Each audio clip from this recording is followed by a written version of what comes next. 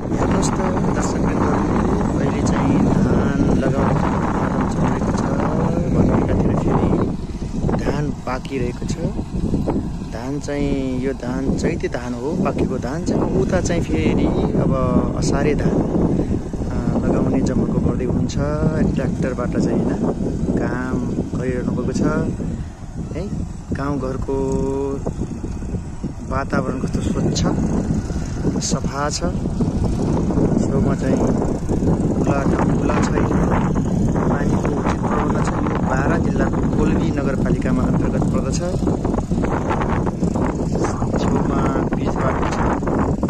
वातावरण धेरै शान्त र विकसित देश जस्तो वातावरण छ। हेर्नुहोस् यतातिर